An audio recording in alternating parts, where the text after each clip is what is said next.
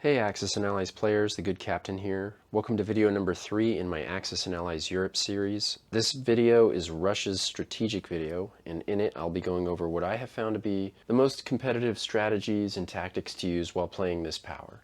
I'll get to the purchase units phase and recommended combat moves for turn 1, but first I want to go back and briefly discuss the Allied Special Cash Advance. That's the pre-game expenditure of 12 IPCs for the Allies. I briefly touched on this in the German strategic video and recommended that the Allies appear to be best served by purchasing 4 infantry and placing 2 in the Ukraine and 2 in Malta.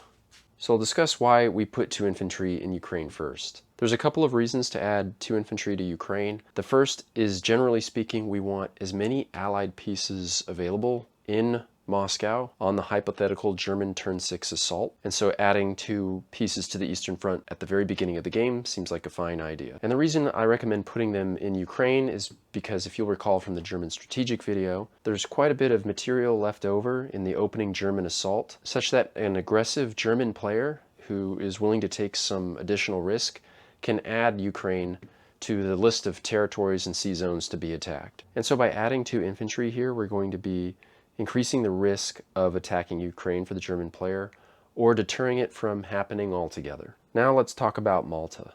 So if we need every Allied piece we can get for that Germany turn 6 attack on Moscow, why then would we put 2 British infantry out on this island? Well, first, and perhaps most obvious, is the fact that you're investing 6 IPCs to save a unit that's worth 12 IPCs. So in a sense, we're buying a fighter for the defense of Moscow. But there's some additional benefits that really clinch the deal for me. First, for at least the opening turn, the Italian fleet seems to be incentivized to head west towards the Atlantic and take Gibraltar. This can lead to some opportunity for the UK player on their first turn, but we'll hold off until the next video to discuss that. And last, and most important to me, is that I like to look at this UK placement of 2 infantry on Malta as sort of a forward deployment. It's very likely the German player will not attack Malta on its first turn, and that these British infantry will be able to get off the island and into Africa to help support the war effort. And if that's true, then the best way to look at this as the Allied player is that these 2 pieces relieve the pressure on the infantry in Syria, Iraq, perhaps Palestine, and maybe even the armor from Egypt to move into Russia and support operations in Russia and be available to help defend the capital on that hypothetical G6 attack. So just to summarize very quickly, I feel by placing 2 British infantry in Malta, you're securing a more valuable and potentially more useful piece right at the beginning of the game. You open up a lot of strategic options for the British player on the first turn, and pending that the British infantry here get off the island and into Africa, a lot of pressure is relieved of these pieces in the Middle East, allowing them to move into Russia and support them in the mid and end game. Let's now move to the purchase units and combat movement phase for Russia. I strongly recommend that Russia purchase 8 infantry on its first turn. Not only that, but I very strongly recommend that Russia buy only infantry every turn from now until the end of the game. I'll specifically strongly advise against any player that likes to spend every IPC they have every turn. You really need those leftover IPCs to cram in 1 or 2 more infantry for that final battle. As we'll see, every piece really does matter. Let's now move to the combat movement phase. For purposes of this demonstration, I'm going to play against this board state, but given the different playstyles and outcomes of Germany's first turn, I'll review some other potential situations at the end of this segment. As in the previous video, I'm going to push all the pieces first, and then we'll discuss. So if this is the situation I'm facing as the Russian player on my first turn, I'm going to move the 2 infantry from Karelia into Finland, and move the bomber from Moscow to Finland as well. I'm going to move the 2 infantry in Leningrad into Vyborg, and bring the fighter from Moscow. I'll bring the armor out of Archangel into Vyborg as well. Next, I'm going to move all the pieces in Belarusia into the Baltic states, and the armor out of Moscow. And finally, I'll move 4 infantry out of Ukraine into East Poland, as well as the artillery, the armor out of the Caucasus, and the armor out of Turkestan. I'll go ahead and post the percentages for win, loss, and draw. And as you can see, these battles are very healthy for the attacker. In terms of resolving combat, there's nothing special about Finland or Vyborg. As in the previous video, I'll go ahead and fight these battles out to their most likely conclusion. In Finland, it's more than likely that we will destroy both infantry and lose one in turn. The same is true for Vyborg. It's the battles in the Baltic states and East Poland that I want to take a moment to discuss in detail. You may have noticed that once again, just like in the German strategic video, we've left units behind that could have bolstered the percentages and chances to win in each of these fights. We've intentionally left these behind for two reasons. First and easiest to explain is we need every single piece we can get for that end game situation and fight in Moscow. So tuning these larger battles to economize pieces when it's very likely that German counterattacks will destroy anything that survives is reason number one. Reason number two is that both of these attacks have been rigged for strafe. We talked a little bit about this in the German strategic video, but it's far more important and central to the Russian player. If anything in Axis and Allies is an art, it's the tactic of strafing. This concept deserves its own clinic video, and in the future I will give this topic its due diligence, but consider this segment a brief field guide on the tactic. In the fewest amount of words, what these attacks are designed to do is inflict more casualties on the Germans than the Soviets lose, and ensure the survival of attacking Soviet units by retreating before they capture the territory. Both of these battles are very similar in that there's a 38% chance that the Russians take these territories in 2 rounds of combat. So, most of the time, after 2 rounds of combat in the Baltic states, the Germans will lose 2 infantry and 1 artillery, and the Russians will lose 2 infantry. At this point, the Russians will retreat from combat and fall back into Belorussia. And then in East Poland, the most likely outcome is that the Germans lose 3 infantry and 1 artillery, while the Russians lose 3 infantry, again in 2 rounds of combat. And in this case, that armor from Turkestan plays a very important role.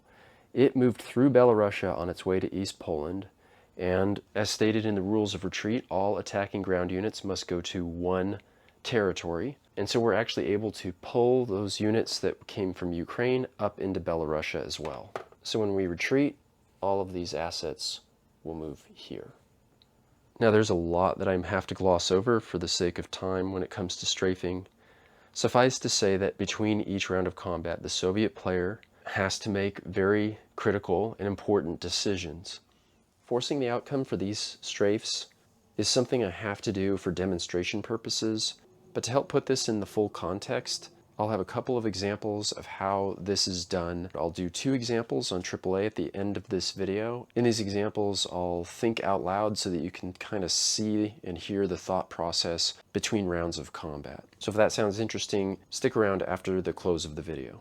Strafing attacks carry multiple risks, but I strongly advocate for them as the Russian player because the game is so stacked against the Allies. We don't have the luxury of stacking up and turtling in Moscow. We have to take some chances somewhere, and these assaults are weighted in favor of the Russians. They take advantage not only of the percentages, but of the attacker's ability to actually leave the battle, which leads me to another point about the Russian order of battle. They'll have at least 5 armor and 5 artillery after the opening German turn, and it's really important to understand that the best use of these pieces is on the attack. This is not global. This is not 1942 or Anniversary. In those editions, armor defends at 3. These tanks defend at 2. Armor also has the ability to move at 2, which is extremely useful in directing the retreats and stacking up in useful territories. And of course, artillery is an attack-only weapon. These 5 armor and 5 artillery of the Russians can and should be used in counterattacks from turn 1 until turn 5. If you get to the big battle in Moscow on turn 6 or after, and you still have all your armor and artillery, it's my strong opinion that the Russian player did not play ideally and probably missed the opportunity to use these pieces more effectively in counterattacks earlier in the game. And I want to pay some lip service to at least 2 other types of situations on the East Front you might encounter. If for some reason there's a territory with something like this in it on your first turn as Russia, that is not a territory to be strafed. That is a territory to be crushed. The goal of a strafe is to try to peel off enemy pieces, hopefully killing off more than you lose on the attack and retreating from the territory and not taking it. But far more important as the Russian player is to destroy German core units. Anything that's not German infantry is a core unit. If I was presented with a situation like this, I would send in a screen of infantry and both air units to clinically remove those pieces and capture that territory. Everything else is secondary to this. If it came between killing those pieces and putting together an effective strafe, I would kill off these pieces. I would even cancel the attacks in Finland and Viborg if I had to make it work correctly. The other situation I want to discuss is what if the Germans committed those extra pieces that we saw in Poland, Hungary, and Romania to one of these territories? Let's just make a specific example and say that the 3 armor that weren't committed were added into East Poland. In that case, I would absolutely just cancel the attack on Baltic states, form up a strafe attack on East Poland, and let fly. Again, I would keep my percentages down somewhere between 85 and 95% as the Russians, preserving as much material as I could, but still making an effective attack. Rig it to run at least 2 rounds of combat with a reasonable chance of not taking the territory while inflicting more damage than I receive, and then retreat. This is fairly simple to do with a battle calculator, but if I'm playing in a tournament or over the board in a group where we're not using them, my general rule of thumb is to at least match the enemy in terms of infantry, and then add in enough core units to ensure that I'm doing more damage to the enemy on each round than they do to me. Air units can play an extremely critical role in strafes as they are bound by the rules not to stay in the territory but to fly off when the battle's finished. Again, I'll have a clinic video released sometime in the future on this channel, and I'll go through this very important tactic in greater detail. For now, let's move to the non-combat movement phase. As we've done previously, I'm going to push all the pieces first, and then we'll discuss. First up, all the units in Ukraine, Stalingrad, and Turkestan are going to move into Belarusia. Next, we're going to move 1 infantry from the Caucasus into Ukraine to act as a blocker, and the remaining 2 infantry will split, 1 into Stalingrad and 1 into Turkestan. The infantry in Iran will move to the Caucasus, and the infantry in Moscow will move to Belarusia. The 4 infantry in Russia will move to Leningrad. The artillery in Russia will move to Belarusia. The armor in Siberia will move to Belarusia. The rest of the pieces in Siberia will move to Russia. I'm going to send 1 infantry from Archangel to Karelia, and the other 2 will go to Russia. I'm going to move the fighter from Viborg into Leningrad, and the bomber in Finland will go to Belarusia.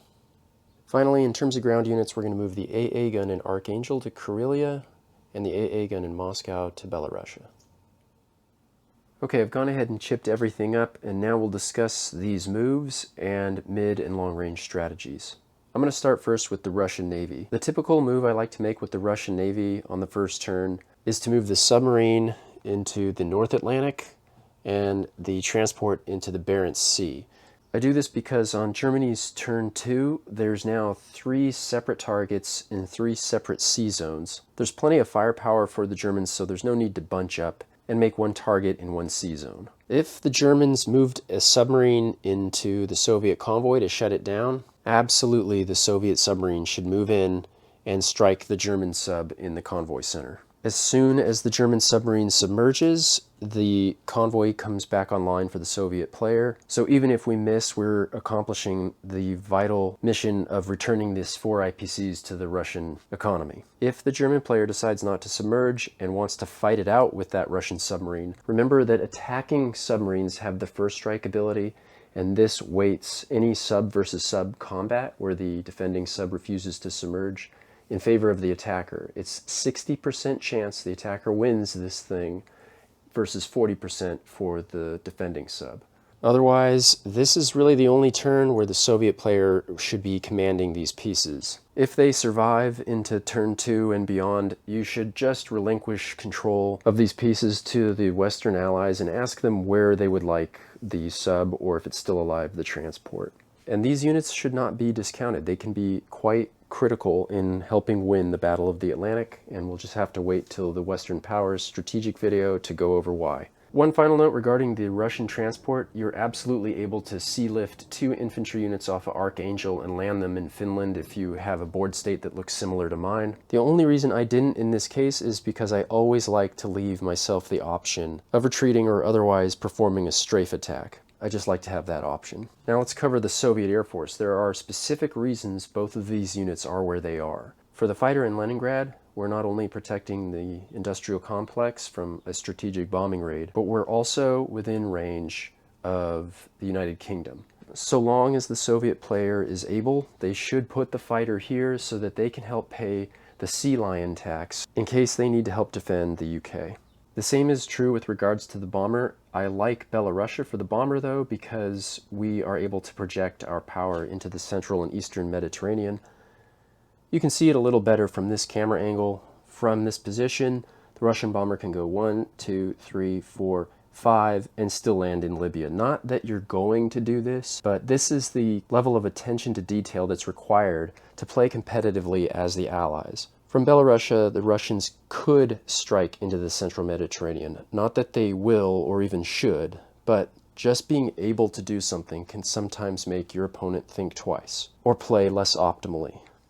When it comes to the Russian army, we're going to start first by talking a little bit about the territory of Belarusia. Other than the capitals, this is the most critical territory on the map. It's centrally located on the East Front, borders 8 territories, 3 of which are production centers, and of course it's adjacent to Moscow. So needless to say, we as the Russian player need to hold this territory for as long as feasibly possible. It's also the territory from which we can control German movements. For example, at least for the first few turns, we can prevent the Germans from slipping south through the Ukraine and getting into the oil-rich areas of the board, or doing the same by going north through Leningrad. And then of course we can continue our strafing activities onto turn 2 and possibly turn 3. And we can do all of this if we have a good, strong army in Belarusia. When it comes to Leningrad, we only have 12 infantry here and 1 fighter. And if the Germans start their turn 2 in this board state, then they can commit 7 armor, 6 fighters, and a bomber to an assault on Leningrad that has an 80% chance of success. So at first whiff, this seems like the poor move. However, in order to win that battle, the Germans are going to be losing core units. They're more likely than not to have to pay out the nose for that win, and so that would be a Pyrrhic victory at best. If no British destroyers survived the opening German moves, these 2 fighters are probably best served by moving to Leningrad and reducing the odds of a German success to a very nil outcome. That pretty much concludes the non-combat movement phase for Russia's first turn. So now I'm going to discuss mid and long range strategy. So first I want to pick up with one more detail about Leningrad. It is possible for a German player on the first turn to attack Leningrad using the transport from the Danish Sea, supported by the Luftwaffe. This is a pretty risky move for Germany given how imbalanced this game is. There's no need to take that risk, in my opinion, so when I see this happening as the Russian player, I'm happy to fight that out. But assuming the German player does take Leningrad on the first turn, of course, all your builds would have to go into Moscow or Stalingrad. And so the pieces that were in Russia would move into Belarusia instead of Leningrad. On Germany's second turn, more German assets will have been brought up to the East Front, and so the question is what to do with the Russian player on turn 2 and 3. What I like to do with the Russians on turn 2 is, if I'm able, to disperse my pieces such that all 3 of these territories are equally covered. I'll use a battle calculator if I'm playing online, or count pips if I'm doing this over the board, and responding with a competitive amount of pieces defensively is what I like to do, up to and including losing a fight at something like 50%. In other words, Russia's second turn can appear to offer Germany several opportunities for battle on the East Front at fairly uncomfortable percentages. And this is, in my strong opinion, not only one of the key components that got missed in Axis and Allies Europe, but is missed generally across all versions of Axis and Allies. This is probably another topic that deserves its own clinic video, but there are ways of fighting from the submissive position in Axis and Allies, and there are better ways of fighting from the submissive position. At some point in your Axis and Allies career, either from dice or, as in this case, an imbalanced game, you're going to find yourself on the losing end of the game. And in my playing experience, the best thing to do in this situation is accept that there are going to be territories and battles in which you're going to have to expose your forces to a reasonable chance of destruction. And holding the line on turn 2 as Russia will see the German player staring at one or more territories with a potential opportunity to destroy the Russian army in battle. However, if you've done it right, it will be far from a guarantee. And a German player that thinks he has 0% chance of losing this game should not risk any fight with a Russian player that is less than 100%. So this is how you use the fact that this game is imbalanced and turn it in your favor. The bottom line is to be comfortable putting just enough pieces to make a fight less than a guarantee for the German player. So the Russian turn 2 strategy is to hold this north-south line from Leningrad to Ukraine and offer the Germans battle at something in the ballpark of 50% in each territory. You could even go as high as offering them a chance to win a battle in one of those territories at 60%, but then you're opening yourself up to a potential German strafe. So I like to try to keep it around 50-50. And if or when the Germans blink and don't make any attacks on the East Front, the Russian player can then focus fully on delivering his own attacks or strafes to the Germans. Turn 3 for Russia typically sees a consolidation of Russian ground units in Belorussia, and at this point in the game, you'll likely need every piece you can get to hold it against a German turn 4 attack. The G4 attack on Belorussia will probably be somewhere in the ballpark of 50%, but again, a savvy German player won't accept that. The game's imbalanced, right? So why would I take anything less than 100%? On the Russian turn 4, we know that the German army will now be too strong to hold on G5, so we must pull back into Moscow, where we'll prepare for the final battle. On G5, the main body of the German army will be in Belorussia. Russia will then buy its last round of reinforcements. The Western Allies will go, and the G6 assault will occur. The final battle in Moscow will have a high percentage chance of German victory, probably in the 95% range or better, and I've decided to pin a discussion on the final battle in Moscow for the last video in this series, and that's to help frame up the endgame context, because it's not just the Battle of Moscow that's important. But suffice to say for right now, what is important is that when the Russian player does move into Moscow, we really do want to add in every piece we feasibly can. Every piece matters, and we'll have to wait to the final video to discuss precisely why that is. Okay, this was the strategic video for Russia in Axis and Allies Europe. I opened this video with the discussion about the bid placement for the Allies in general, and then moved into what I have found to be the most competitive tactics and strategies to use while playing as the Russian player, and I would say this hinges on two concepts. One is the strafe attack, and the second is to bait or offer the Germans battle on turn 2 and 3 at somewhere around 50%. And of course the reasons to do that are that they might take it and lose that fight, and also that you can convert any displaced pieces to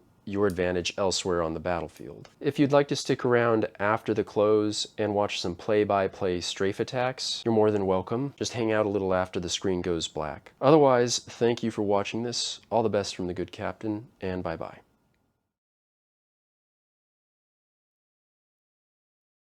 Okay, what I've got set up here is the top of Russia's first turn, and this is an exact replica of the board state that we saw in the video. Germany has taken their first turn.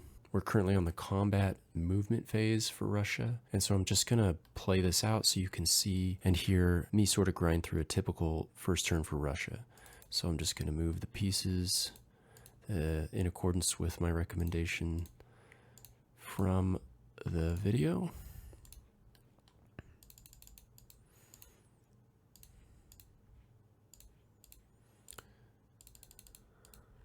Okay, so there we go. I normally would start with any battle where we're pretty sure we're not going to retreat. In other words, not strafe. And Finland and Viborg, I'm pretty sure we're not going to retreat from these, so long as things go fairly well. So I would start with the highest percentage battle first, which is Viborg. But since Viborg has an armor unit in here, and I consider this a core unit that can't leave the battle, unlike the air units, I want to resolve Finland first so I can just be the most informed when it comes to these other battles where I might withdraw. Okay, so let's do Finland first. Let's see what we get. Okay, we get the hit on the first round, and the Germans miss, so this is going just fine. and we pick up the second kill, and the Germans miss. Okay, so we're punching up right now. All these little things matter. The fact that we have one extra piece relative to what we know most outcomes would be helps to inform our decision making in the future battles. So let's try Viborg. Okay, we pick up one kill, the enemy misses again. So we're gonna just clean them out. Again, these are battles we want. Okay, and they pick up the kill. The Germans pick up the kill. Those two battles we wanted to fight out anyway. So now we get to the strafes. The East Poland battle is the more critical of the two because we have 3 core units here as opposed to 2. In other words, if we're going to go somewhere and stay there, it's going to be Baltic states. The one that we really want to retreat from is East Poland. So I'll do Baltic states last. I'm pretty certain I'm going to retreat after 2 rounds here, but let's just see. Okay, East Poland. We pick up 2 kills. Okay, and the Germans pick up 2 kills. What we're going to do over the board here is pull up our battle calculator and set up our attacker, defender, the current situation. We're going to set this for retreat after 1 round. Okay, there's a 25% chance we take the territory. So the question is, do you want to take the 2-piece swap or go for the 75% chance that we inflict more damage than we receive? This is why we are here. I am willing to risk these 2 armor and 1 artillery to total destruction and accidentally taking the territory in order to pick up this infantry and possibly artillery. So we're not going to retreat. We pick up only 1 kill, which means the German core units will survive. But the Germans whiff. So this was an all-around net gain for the Russians. I'm going to take the retreat. We go to Belarusia. And now we'll move to Baltic states. I'm happy to have done more damage to the Germans here. We have an extra survivor in Finland, so far we're pretty good. And so I'm best informed now on what to do with Baltic states. Let's just see what we get. And we wiped them out, and they hurt us back pretty good. Okay, so not perfect outcome, but we did wipe them out. This was a very low probability event, less than 5% of the time that will happen, but that can happen, and that is the nature of strafe attacks, and I'm going to insist this is how best to play as the Russian player in this game. We had a pretty warm run-up to this battle, so I'm okay with it. It's important to understand that the Germans just lost 9 infantry, 1 artillery, and 1 armor. The Russians lost. One of the benefits of purposefully or accidentally taking the Baltic states as the Soviet player on the first turn is that Leningrad is not under any threat of being taken. So we're now essentially free to just stack up everybody in Belarusia. And so at the end of the turn, we look something like this, drop in our reinforcements, and voila. Let's reset and run 1 more turn.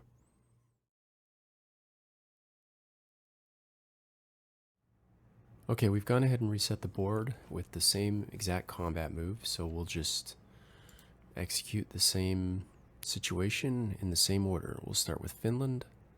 We pick up both kills, and they completely whiff. So same result here. Viborg, we completely whiff. They pick up a kill. So let's just always, if you're playing online, just study up on the current odds, I think is a good way to get used to this kind of fighting. So we're still at 90%, and if we win, it's likely that we'll just have the fighter and the armor remaining. I can see that right here. Units left if attacker won, 2.12.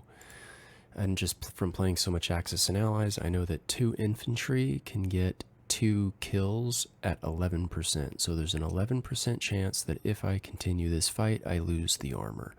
I'm going to remain because this is the kind of risk the Russians probably should take in this game. Ah, there it goes. That's the 11%. Now, we did clear the territory. There are no Germans in Viborg, and that's a big deal because there's no pressure from Viborg on Leningrad, but we did not secure the territory, and unfortunately we lost a core unit. In Finland, we're up a piece, but in Viborg, we're down a piece. And it's an armor, no less, so we're a little behind the power curve. And those 2 battles, again, they're going to inform us for these large strafes. So I'm going to start with East Poland first, just because, again, there's the most core units here, and it's geographically less consequential than Baltic states, which has a route path to Leningrad. So let's do East Poland. Nice hit, 3 on the first round. So if the Germans whiff, of course I'm going to retreat. Let's see what happens. And yeah, they only pick up a kill. So this is a take the bird in the hand moment. We kill 3 pieces, we lose 1. Don't want to get stuck there. There's too many core units. This is obviously a retreat to Belarusia. That's the right answer. Now, fully informed, we're going to fight the Baltic states fight. Only one kill. We shot under as the Russian player. So the Germans are going to roll back, and they completely whiffed. Okay. Of course, we're going to remain. But just for thoroughness, let's just take a look at our odds of killing all three pieces.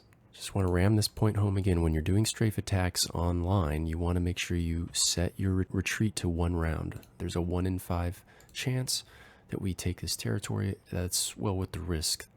We got stuck again. So unfortunately, this is going to be very similar to the previous example. Strafes are pretty volatile, but as you can see, there's some common themes and common lines. And if you want to get more comfortable with it, I recommend just setting up a turn like this one and just running it over and over and over again until you're comfortable not taking a territory, just fighting a couple rounds and then retreating to a safe territory behind the lines.